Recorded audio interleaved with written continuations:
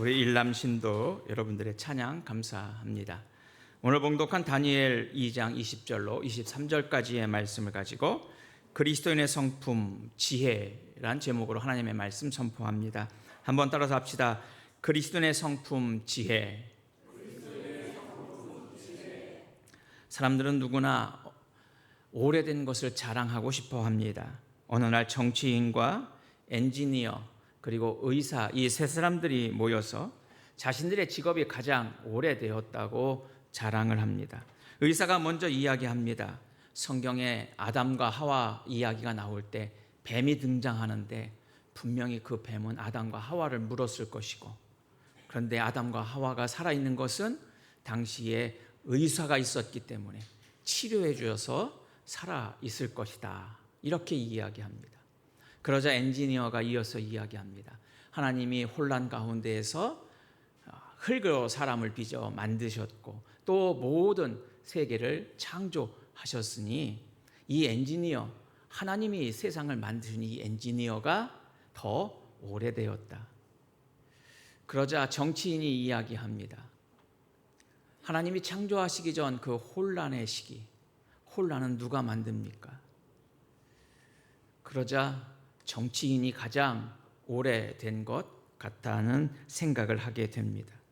오늘날 우리가 살아가는 세상은 한치의 앞도 알아보기 힘들 만큼 혼란스럽고 급변하는 시대에 살아가고 있습니다.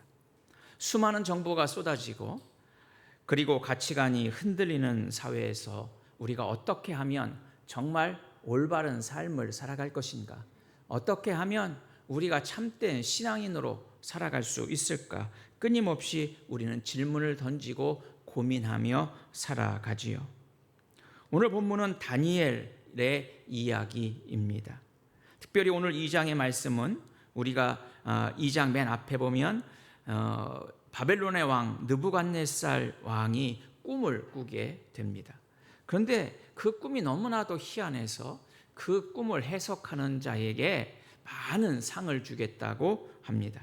그러나 꿈을 알지 못하고 해석하지 못하면 생명을 잃게 되는 것이죠. 그런데 이 느부갓네살 왕은 꿈 이야기를 전혀 하지 않게 됩니다. 오늘 본문의 말씀은 바로 다니엘에게 하나님께서 은밀한 것을 보이시고 그리고 하나님이 주신 지혜로 말미암아 느부갓네살 왕의 꿈을 해석하게 되는 내용의 말씀이 이제 오늘 본문의 말씀의 뒤를 이어서 등장하게 되지요. 결국 하나님께서 주신 지혜로 위기를 극복하고 문제를 해결하게 됩니다. 특별히 오늘 본문의 말씀에 보면 20절 말씀에 보면 지혜와 능력이 그에게 있으며 또 21절 말씀에도 보면 지혜자에게는 지혜를 주시고 총명한 자에게는 지식을 주시는도다. 그리고 23절 말씀에도 보면 이제 내게 지혜와 능력을 주시고 라고 말씀하고 있습니다. 바로 지혜라고 하는 것은 이 구약 성경에는 여러 단어들이 사용되죠. 우리말에도 지혜와 비슷한 단어들이 있지요. 지혜, 지식 혹은 총명, 명철 등등이 있습니다. 구약 성경에서 나오는 지혜라고 하는 것은 호크마라고 하는 히브리어입니다. 이 호크마라고 하는 단어가 가장 보편적으로 지혜를 말할 때 사용하는 단어이에요. 근데 이 호크마, 오늘 본문에서도 20절 말씀에 보면 지혜와 능력이 그에게 있다 할 때 지혜라고 하는 것은 바로 이 호크마라고 하는 단어입니다. 또한 23절에도 지혜와 능력을 할 때도 지혜는 이 호크마입니다. 지혜라고 하는 것은 우리가 잘 아는 것처럼 어떤 지식이나 지능 그리고 지성을 뜻하는 의미가 아닙니다. 히브리어에서 호크마, 지혜라고 하는 것은 단순히 지능이나 지식의 의미가 아니라 하나님의 말씀대로 삶을 살아갈 수 있는 영적인 기술, 이것이 호크마라는 뜻이에요. 그러니까 지혜라고 하는 것은 단순히 머리로 이해할 수 있고 그 머리로 지능을 발휘할 수 있는 것이 아니라 하나님의 말씀을 어떻게 하면 내가 내 삶 속에서 적용하며 살아가는 삶을 살아갈 수 있는 기술이 있느냐? 이게 지혜예요. 다시 말해서 구약에서 말하는 지혜라고 하는 것은 하나님의 뜻과 떼어서 생각할 수 없는 단어가 바로 이 지혜라고 하는 단어입니다. 또한 구약 성경에서 호크마, 이 지혜와 더불어 자주 등장하는 단어가 있고, 오늘 21절에도 보면 지혜자에게는 지혜를 주시고 총명한 자에게는 지식을 주신다. 여기서 총명하다, 지식을 주신다라고 하는 뜻의 빈이라고 하는 단어가 있습니다.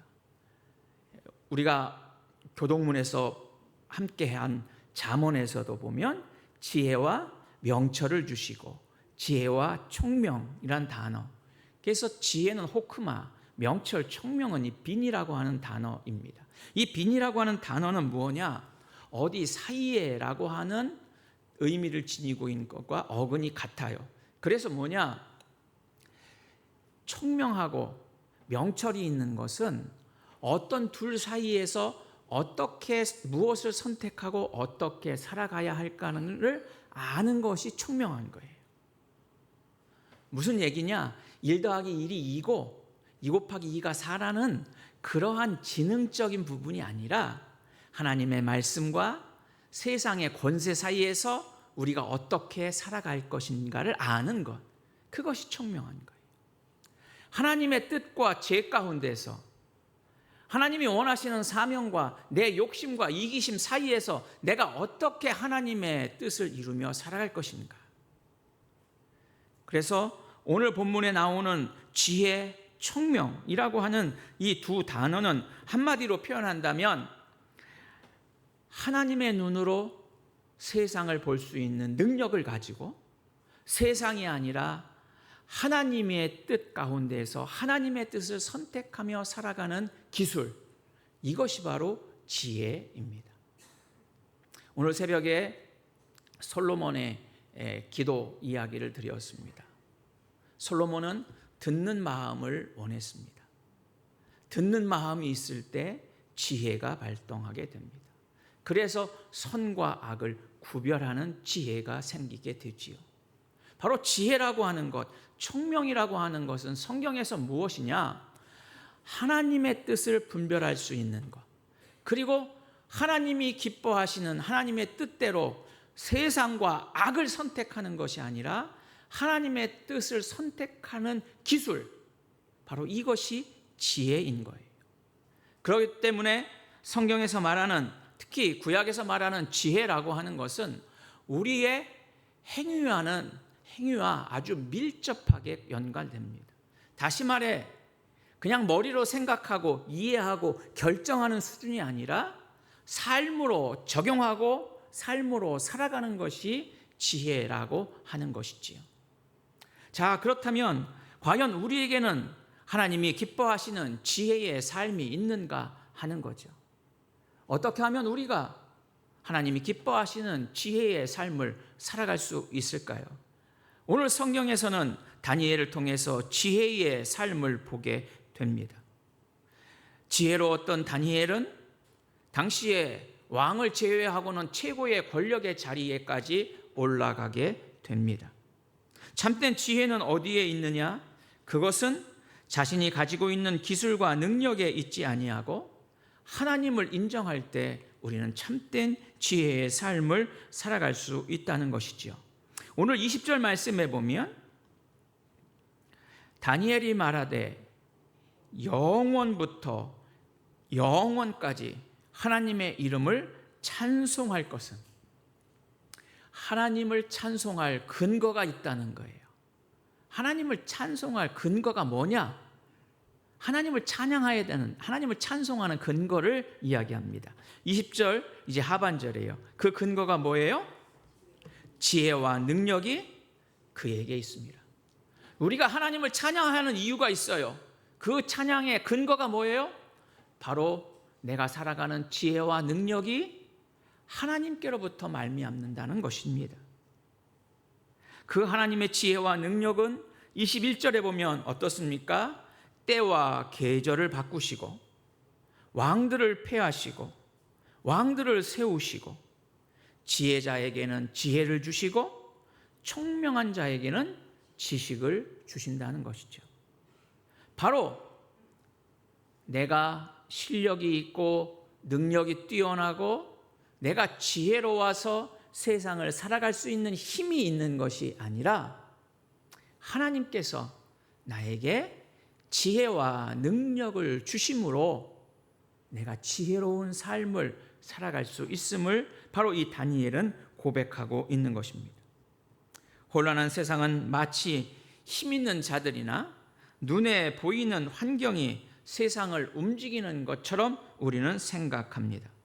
그러나 그리스도인의 참된 지혜는 세상의 소음, 세상의 소리를 끊고 시대와 계절을 바꾸시고 왕들을 세우시고 폐하시고 또 지혜를 주시는 그 하나님을 온전히 믿을 때 비로소 우리는 지혜로운 삶을 살아갈 수 있게 된다라고 하는 사실이지요.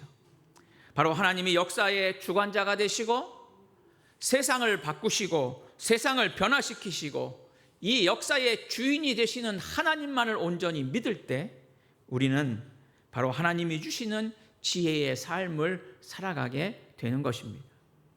그렇기 때문에 우리는 온전히 우리의 모든 시선을 우리의 삶의 주파수를 하나님께 맡겨야 한다라고 하는 사실입니다.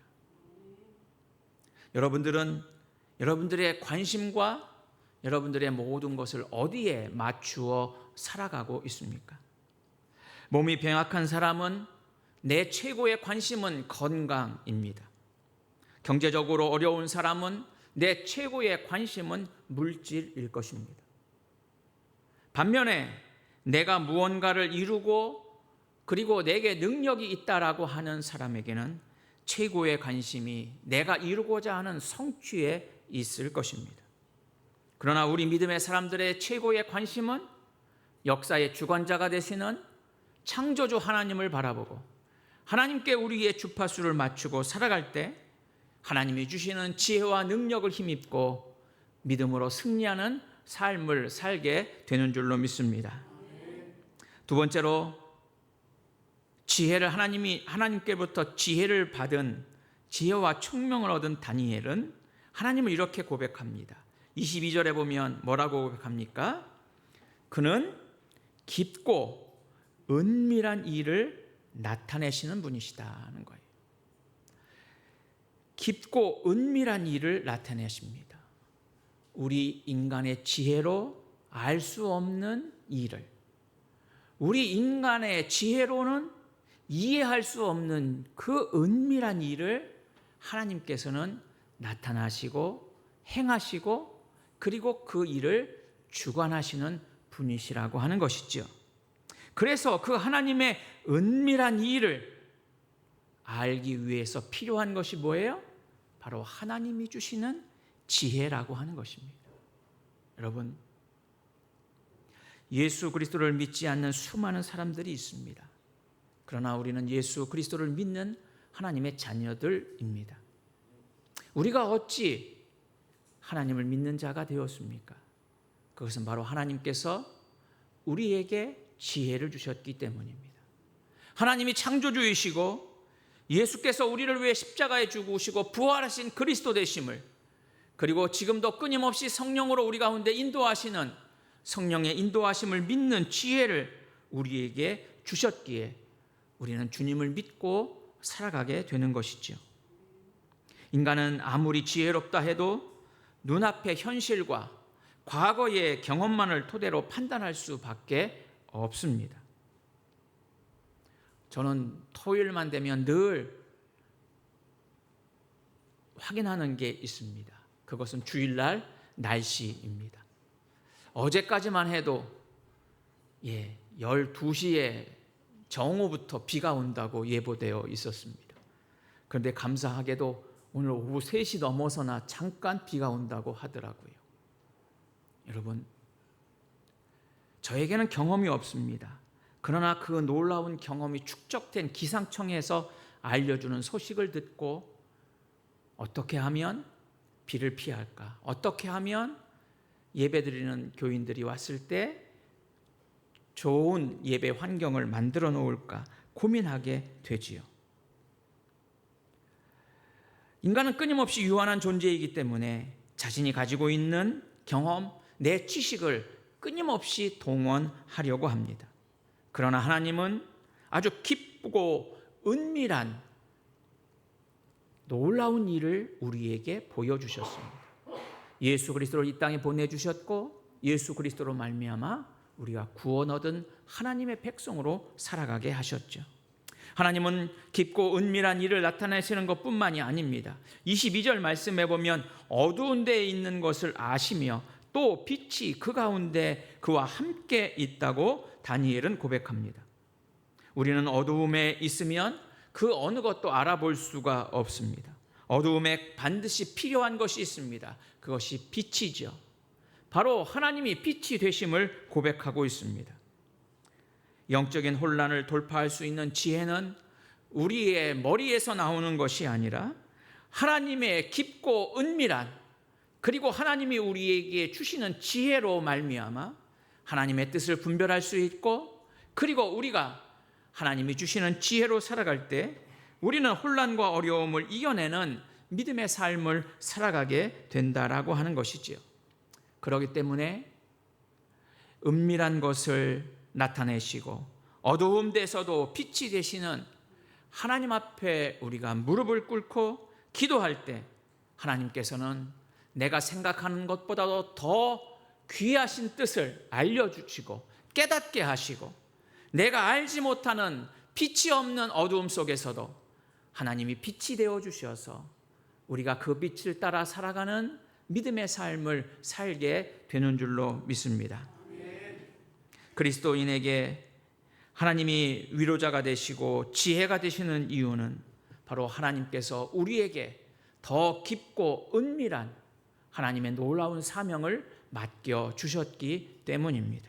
그러므로 우리는 그 뜻을 이루기 위해서 하나님 앞에 무릎 꿇고 기도해야 합니다.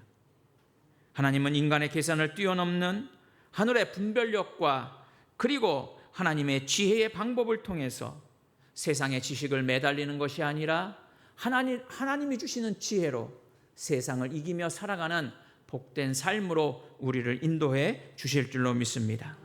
이같이 다니엘은 지혜는 하나님께로부터 오는 것을 고백하고 그 지혜의 하나님은 은밀한 일을 행하시고 빛이 되심을 고백합니다. 그리고 나서 이어서 그는 23절 하반절 말씀에 보면 주께 감사하고 주를 찬양하고 있습니다. 바로 지혜의 사람이 해야 할 일이 바로 여기 있습니다.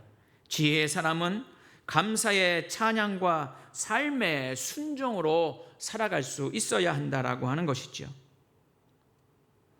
여러분, 내가 하늘의 지혜를 받은 자인지를 증명해내는 방법이 바로 여기 있습니다.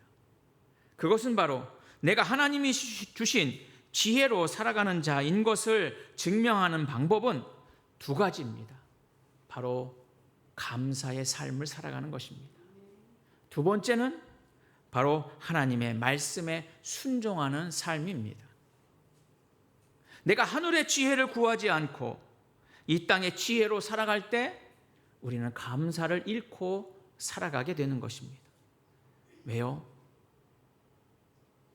하나님이 주시는 지혜로 세상을 이긴 것이 아니라 내 지혜와 능력으로 세상을 이겼다라고 생각하면 그 순간부터 우리는 교만해집니다. 제가 늘 말씀드렸죠? 사람이 죽게 되었을 때 병원에 찾아가면 의사 선생님 붙들고 살려달라고 하고 하나님 앞에 살려달라고 기도하지요. 그런데 수술이 잘 되고 병이 회복되면 침대에 누워서 뭐라고 생각합니까? 참 의사 선생님 신통해, 실력이 좋아. 그래서 의사 선생님을 칭찬합니다. 마지막 퇴원하고 건강하게 살아갈 때 뭐라고 합니까? 예, 그래, 역시 내가 좋은 병원과 좋은 의사를 선택했어. 내 지혜와 내 능력을 자랑합니다. 그러는 순간 하나님의 은혜를 잊어버립니다. 감사하지 못하게 됩니다. 다니엘은 인간의 한계를 시험하는 절체절명의 위기의 순간에 놓여 있습니다. 느부갓네살 왕이 꿈꾼 이야기는 해주지 않습니다. 그리고는 꿈을 설명하라는 거예요. 해석하라는 거예요. 그 해석이 틀리면 바로 처형당합니다. 그때 다니엘은 하나님 앞에 기도했습니다. 하나님이 지혜를 주시는 분이시기에, 하나님이 알지 못하는 깊고 은밀한 일을 나타내 주시는 분이시기에 다니엘은 하나님 앞에 기도합니다. 그리고 하나님이 주시는 지혜와 능력을 힘입고는 그가 한 것은 바로 하나님께 감사하는 일이었습니다. 다니엘은 하나님이 주신 지혜를 가지고 왕에게 달려가서 자신이 공을 세우거나 똑똑함을 과시하려 하지 않습니다. 대신 철저하게 하나님 앞에 엎드려 하나님이 주시는 그 지혜로 말미암아 하나님 앞에 감사와 찬양을 드리고 있습니다. 여러분, 그리스도인의 참된 지혜는 바로 감사로 증명되는 것입니다. 감사하지 아니하고 우리가 어찌 하나님이 주시는 지혜의 삶을 살아간다고 말할 수 있겠습니까? 하늘의 지혜는, 하나님이 주시는 지혜는 우리 인간을 철저하게 겸손하게 만듭니다. 그래서 겸손하기에 하나님의 은혜에 감사하고 하나님을 찬양하게 됩니다. 그래서 이렇게 고백합니다. 하나님이 하셨습니다. 내가 한 것이 아닙니다. 하나님이 하신 것입니다. 이 고백이 저와 여러분들의 고백이 될 수 있기를 바랍니다. 더 나아가 지혜는 감사의 언어로 그치는 것이 아니라 세상의 거대한 탁한 흐름을 거스리는 순종의 삶으로 완성되게 됩니다. 지혜를 얻은 다니엘은 그것을 자신의 혼자 위기를 극복하기 위한 혹은 부귀 영화를 누리는 방편으로 삼지 않고 있습니다. 바로 이 세상의 혼란을 그리스도인들에게 주어진 지혜로 그 혼란을 극복하고자 했던 것입니다. 우리는 지혜가 있을 때 처세술이 뛰어나면 지혜가 있다고 이야기할 것입니다. 사방에서 타협과 편법을 요구하는 이 현실 속에서 우리가 지혜롭게 산다라고 하는 것은 무엇일까요? 그것은 바로 하나님이 원하시는 거룩한 가치관을 흔들리지 않고 살아가게 되는 것입니다. 그것은 말씀의 순종을 통해서 이루어지게 되는 줄로 믿습니다. 감사의 찬송과 순종으로 증명되는 신앙의 삶을 살기 위해 여러분들에게 이 한 주간 3가지 실천 사항을 말씀드리고자 합니다.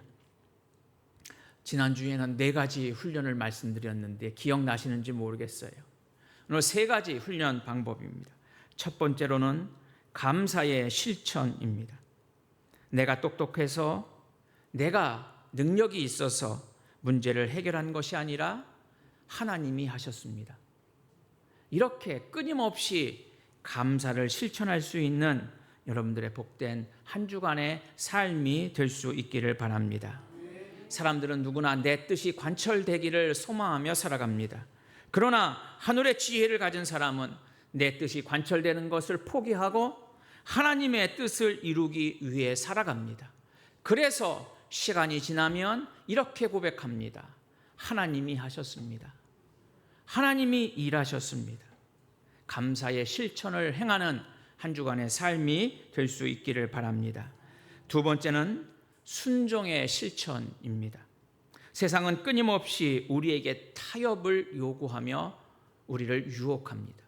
세상은 끊임없이 우리에게 내 편의와 이익을 위해 살아가도록 우리를 유혹하고 있습니다.